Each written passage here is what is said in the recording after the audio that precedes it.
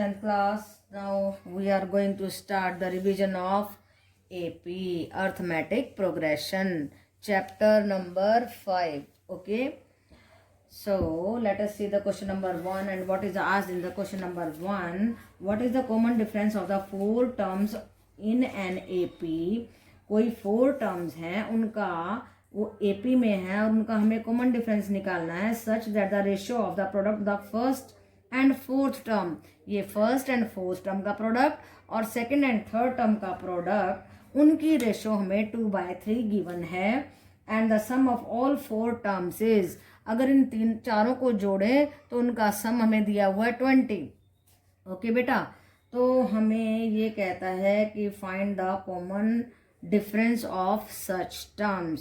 सो सबसे पहली बात तो हम टर्म्स कौन सी लेंगे, a minus D A plus D इधर करेंगे, a माइनस 3d इधर करेंगे, a प्लस 3d। क्यों लिया, उनका कॉमन डिफरेंस ले लिया हमने 2d। देखो this minus this minus this and this minus this all are coming out to be 2d। तो हमें ये टर्म्स इस तरीके से लेनी है कि उनका कॉमन डिफरेंस 2d हो।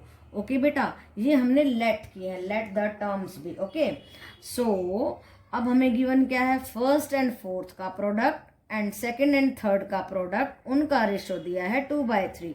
राइट बेटा, दिस इंटू दिस करेंगे a square minus 9d square and this into this करेंगे a square minus d square and that is equal to 2/3। So इसको ऐसे क्रॉस मल्टीप्लाई कर दिया, जब ये 3 इधर गया 3a square minus 27d square is equal to 2a square minus 2d square. इसको माइनस किया, a स्क्वायर आया, इसको उधर लेके गए 25d स्क्वायर आया और taking the square roots 5d आ गया, a आ गया 5d। ये इक्वेशन 1 रख लीजिए। अब देखो फर्स्ट कंडीशन हमारे क्वेश्चन में दी थी कि फर्स्ट एंड थर्ड टर्म का प्रोडक्ट जो है by second and third term का रेशो जो है 2/3 के बराबर है। सो ये जो कंडीशन है ये वाली आप ऐसे कट कर दीजिए, क्योंकि ये कंडीशन दी है हमारे को।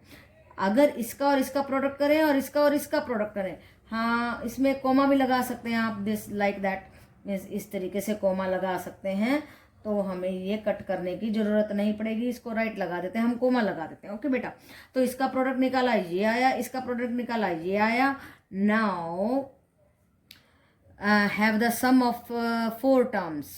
सम लिया हमने, सम कैसे ले रहे हैं देखिए, a minus 3d plus a minus d plus a plus d plus a plus 3d, इन सबको जोड़ेंगे तो वो 20 के बराबर ये कहता है, ये हमें गिवन है। राइट बेटा, एक तो ये गिवन है और एक हमें ये गिवन है। राइट बेटा, तो गिवन का हम फायदा उठा रहे हैं। हमने पहले इन दोनों का प्रोडक्ट लिया, फिर इन दोनों का प्रोडक्ट लिया, फिर इन दोनों का रेशो लिया and that is equal to 2/3। अब देखिए यहाँ से जब हम सम लेंगे तो हमारा 4a इज इक्वल टू 20 आ जाएगा and a will be equal to 5। Now from 2 putting the value in 1, अब हम क्या करें, a की वैल्यू यहाँ रख रहे हैं and we are getting d1।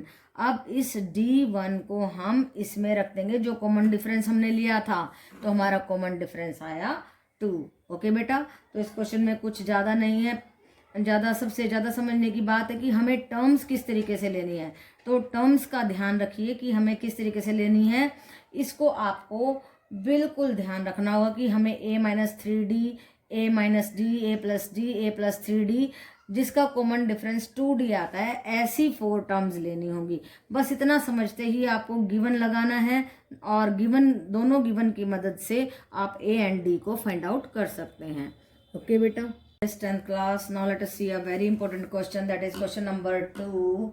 और इस क्वेश्चन में क्या पूछा गया, the first and the last term of the AP, first and last, first is a, last is l and the sum of the AP is s, और सम दिया है हमारे को s। ओके बेटा, so then the common difference is l square minus a square upon k minus l plus a। Find k, हमें के निकालना है। ओके बेटा, जब हमें फर्स्ट और लास्ट टर्म दिया जाता है और सम एस दिया है तो आपको पता है ये फॉर्मूले का n into a plus l by 2 होता है। ये हमारा फॉर्मूला होता है when first and the last term are given to us. तो 2 को इधर मल्टीप्लाई करके हम n की वैल्यू निकाल लेंगे, इस a प्लस एल को इसके नीचे ले आएंगे। So we are getting n 2s by a plus l. Okay बेटा, अब देखिए हम nth टर्म का इस्तेमाल करते हैं, means last term. Last term कैसे निकालते हैं हम, an nth टर्म है ना हमारी, a plus n minus 1 into d होता है। लास्ट टर्म है हमारी l, तो हमारी जो है nth टर्म l क्या हो जाएगी, a plus n minus 1 into d. ये हमने यहाँ पे रख ली। अब देखो यहाँ से d निकालने की कोशिश करते हैं। d, इस a को इधर ले आए, l माइनस ए, n माइनस 1 को इसके नीचे ले आए, तो हमारा आ गया d। अब इस d में हम क्या करने वाले हैं, इस n की वैल्यू रखने वाले हैं। देखो ये n है ना, इस n की वैल्यू यहाँ से उठाएंगे और यहाँ पे रख देंगे। ओके, उसके बाद then we are taking the LCM. LCM मैंने ये डायरेक्ट कर दिया है, a प्लस एल को ऊपर पहुँचा दिया, 2s माइनस यहाँ पे आ जाएगा a प्लस एल। ओके बेटा, और यहाँ पे क्या बन रहा है, l प्लस ए, एल माइनस ए। ये वही फिर से फॉर्मूला, वही आइडेंटिटी, कौन सी कितनी बार लगती है। देखो ए स्क्वायर माइनस बी स्क्वायर क्या होता है, एक बार जुड़ गए और एक बार घट गए। और यहाँ पे रिवर्स ऑफ दिस फॉर्मूला लग रहा है कि देखिए ये एक बार जुड़ते हैं और एक बार घटते हैं, तो होता है A square minus B square L square minus A square आ गया by 2s minus A L plus A. अब देखो जो हमें पूछा गया है, यहाँ से k की वैल्यू फाइंड आउट करनी है, ये भी सेम आ गया। देखो k की जगह पे क्या आया, 2s आया। When we are comparing 1 and 2, we are getting k is equal to 2s, तो k की वैल्यू क्या आई, 2s। ओके बेटा, तो इसको इम्पोर्टेंट मैंने इसलिए कहा है क्योंकि ये थ्योरेटिकल है। ओके बेटा, पहली बात तो आपको समझना होगा कि फर्स्ट एंड लास्ट टर्म दिया तो सम क्या होता है। दूसरी बात, आपको nth टर्म को लास्ट टर्म लेकर के d निकालना होगा और उस d में आपको n की वैल्यू पुट करनी होगी, तब जा करके आपको ये क्वेश्चन आएगा। ओके बेटा, so very important, do it repeatedly. Okay, just 10th class, now let us see again a different question. Which term of this AP 2017-14 is first negative term? कौन सी पहली नेगेटिव टर्म होगी, यानी कि कौन सी nth term जो है less than 0 होगी। तो a दिया है 20, d दिया है -3। देखिए this minus this minus this minus 3 आ रहा है, तो हमें निकालना है कि कौन सी टर्म लेस देन 0 होगी। तो nth टर्म लिख सकते हैं हम, an is equal to a plus n minus 1 into d करके। a की वैल्यू 20 रखी हमने और n हमें निकालना है, इंटू रखेंगे -3। जब इसको मल्टीप्लाई करेंगे we will get -3n plus 3 and that is less than 0। And now -3n is less than 23, n is greater than 23 by 3, that is equal to 7.6 or 8th term. So the 8th term will be negative. Okay beta, 10th class, now let us again see a very interesting question and something different from NCERT. क्या पूछा गया है देखिए जरा, the digit of a positive integer, एक integer है जो कि पॉजिटिव है, हैविंग 3 डिजिट्स इन AP, उसकी 3 डिजिट हैं। जैसे कि कोई नंबर होता है ना, जैसे मान लो 5, 8, 6, इसे 3 डिजिट्स हैं और वो AP में है, तो कौन सी डिजिट ली हमने, a minus D, a and a plus D, ये वाले डिजिट हैं। ओके, तो ये हमारा 1s पे हो गया, 10s पे हो गया, 100 पे हो गया। Okay, so what he is saying is that and their sum is 15।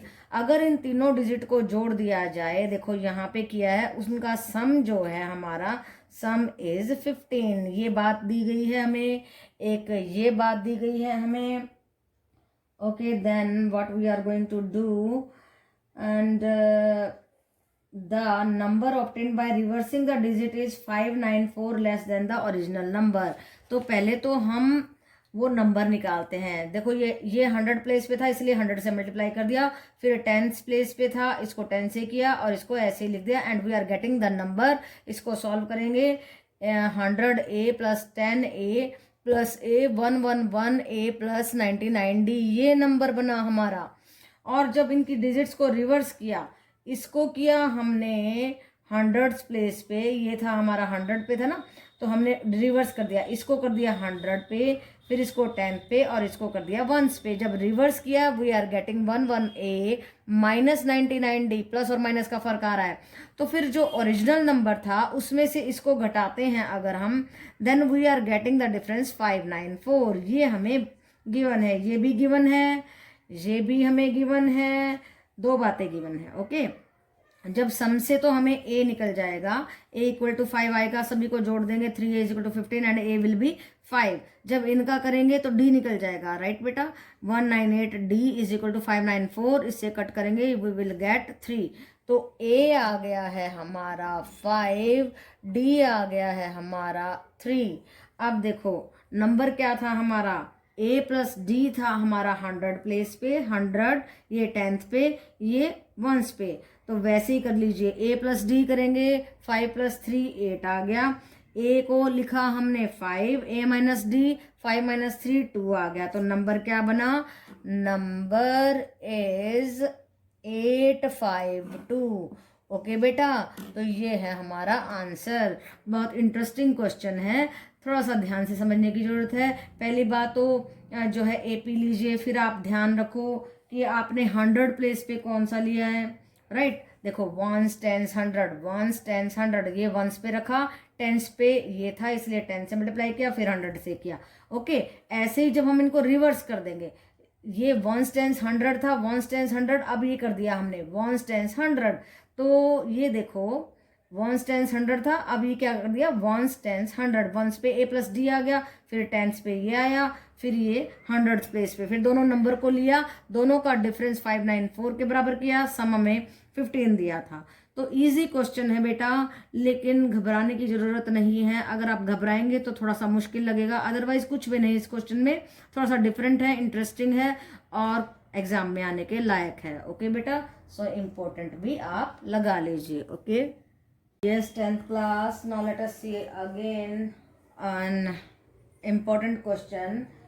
If p q r in ap, क्या कहता है, p q and r in ap, then prove that p plus 2q minus r into 2q plus r minus p into r plus p minus q is equal to 4pqr के बराबर है, ये prove करना है। Okay बेटा, तो अगर ये एपी में होंगे तो this minus this and this minus this will be equal and they will be the common difference. Common difference तो इक्वल होता है, तो देखो क्यू को इधर ले आएंगे, 2q की वैल्यू आ जाएगी r प्लस पी, बस इसी रिजल्ट से हमारा काम बन जाएगा।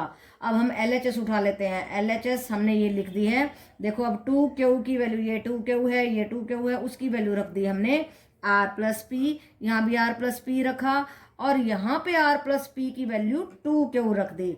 देखो कितना इंपॉर्टेंट पॉइंट है, यहाँ पे क्या करना है, r प्लस पी की वैल्यू 2q रखनी है। बहुत आसान हो गया। अब देखिए r से r कट, p से p कट, यहाँ बचा 2p, यहाँ बचा 2r एंड यहाँ बचा q, और क्या मिला, 2 2 जा 4 pqr, 4pqr and that is equal to our RHS, hence proved. कितना सिंपल क्वेश्चन है और इसके पूरे पूरे चांसेस आपके एग्जाम में आने के 2 और 3 मार्क्स में या 1 मार्क्स में भी आ सकता है, बट हाँ 1 मार्क्स में ही आ सकता है। ओके बेटा, सो get ready for the exams.